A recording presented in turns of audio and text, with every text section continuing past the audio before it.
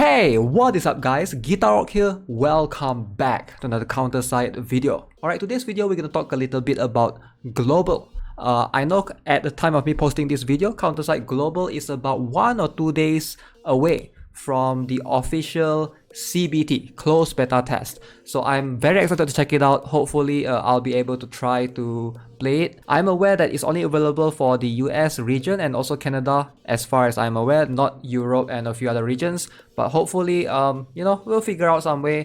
But today, I'll talk a little bit about the global pacing and what global players can expect. So let's jump into it.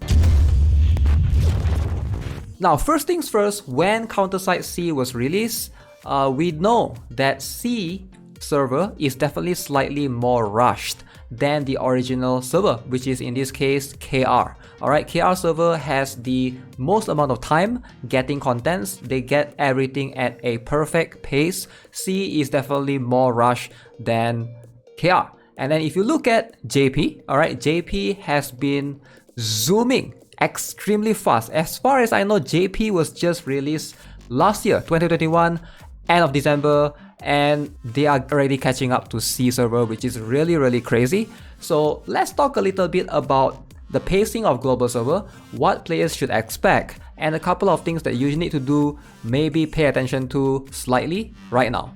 So I'm going to use a benchmark that we can all look at, but first I want to explain to you guys a bit about the characters in this game. When you play the game, first things first, especially this is like my experience on C server, there are going to be 4 rarities of characters. Alright, so there's this thing called the N characters, which is the lowest rarity. So N can be obtained anywhere. So this includes Sparrow, this includes a Rifleman right here, this includes Lee Dafoe, and it also includes Nina Anderson. All these characters are rarely used. This is like the super low rarity. You basically use them as fodder units. And then we have this character class called the R. So R units, some of them can be used, some of them are actually really good in PvP. For example, Claudia Nelson. This is her with the skin, right? And then you can have characters like Cindy Looper. Again, this is with the skin. And then some of the R characters, Ingrid, really strong, really unique in her own way. And then slightly above R, we have SR. Now, SR characters are below SSR, so they are supposedly the second highest rarity. Some of the characters like Lin Xian, widely used. And then we have SSR. Alright, SSR is going to be Esther Rosa right here. Alright, so she's one of the earliest character you can obtain. Chifuyu, one of the best striker you can obtain early on. Make sure you guys get her. Liumi, and then you have Rosaria. These are the SSR characters. When I first started playing on C server, these are the only rarity. So I think after we play about 4 months, 5 months, they start introducing this thing called the Awaken character. Now, Awaken character are like the stronger version of the SSR character, an upgraded SSR. Alright, they are more expensive to use in terms of deployment costs, but they are stronger. Alright, so if you go to Awaken characters, like for example, we have Awaken Yumina. Alright, this is how the Awaken Yumina is, and the regular Yumina is actually, I believe, an SR. As you guys can see, this is the regular Yumina SR version. So some of these characters, even Hilde, this is the SR, and then she got an Awaken version, Awaken Hilde, right? So Awaken is something that basically changes the meta entirely of the game. So it's like a 1 layer of rarity above SSR, and to pull them, you're gonna need a different currency. So let's talk about after Awaken, they introduced this thing called Rearm.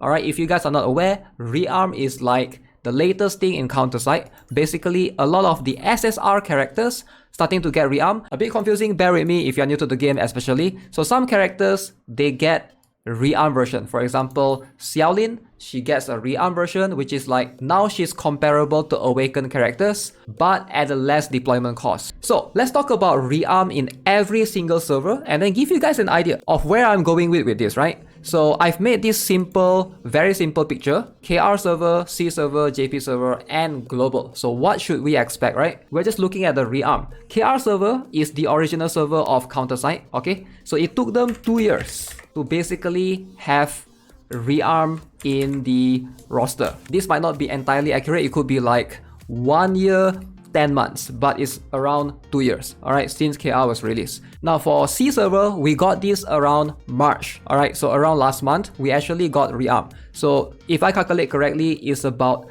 10 months for C server. Now I know there's a Taiwan in between here, but just not to confuse, I don't want to put too many servers, so just 4 servers. Hopefully we get an idea. JP, it's a bit crazy, alright, bear with me. Their server was released like end of last year, somewhere about December 2021, and they are getting rearmed this month in April. So it's just about 4 months of launch and they already got rearmed. If you see the pattern here, you'll know what I'm talking about, right? So 2 years, 10 months, 4 months. Now global, will it be rush? Now I feel like it's safe to assume that global is going to have a rush schedule as well. I do think so, because it doesn't make sense for them to slow down global server entirely. Why not? Why didn't they slow down JP server, right? So here's what I think. Global might have similar pace to JP, if not faster. So that's going to make a lot of things slightly different. The meta in global server is going to be a bit different. Like some Awaken characters might suddenly has less value. You know, for example, things like Replacer Queen.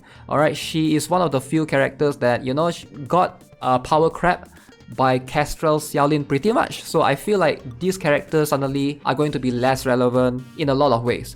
So for global server, I feel like if they're gonna rush it, a lot of things are gonna be way different. Again, rush doesn't mean it's necessarily bad. I feel like if they can do it good enough, for example, what do I mean by good enough? If they can compensate some of the material, some of the value of things, or for example, give more gems in general. Like for example, right now every single maintenance we are getting about 300 quartz, 1000 Eternium. We get this like every week. So in global, if they are increasing the pace, they are making it faster, the speed of update is always faster, they should compensate more. You know, if they compensate more, I don't think it's that bad. So in C server, if you guys are not aware, a couple of weeks ago we have this event that overlaps. So we literally have 2 events running at the same time.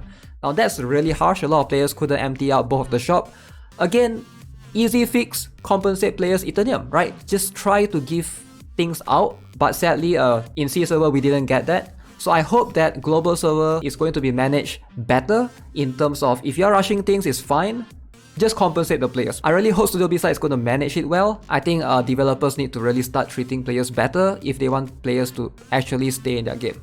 So this is what I can say for now. Again, Counter-Strike Global, I'm really excited to check it out. It's going to be released soon. The CBT, if I'm not mistaken, is announced in about 2 days.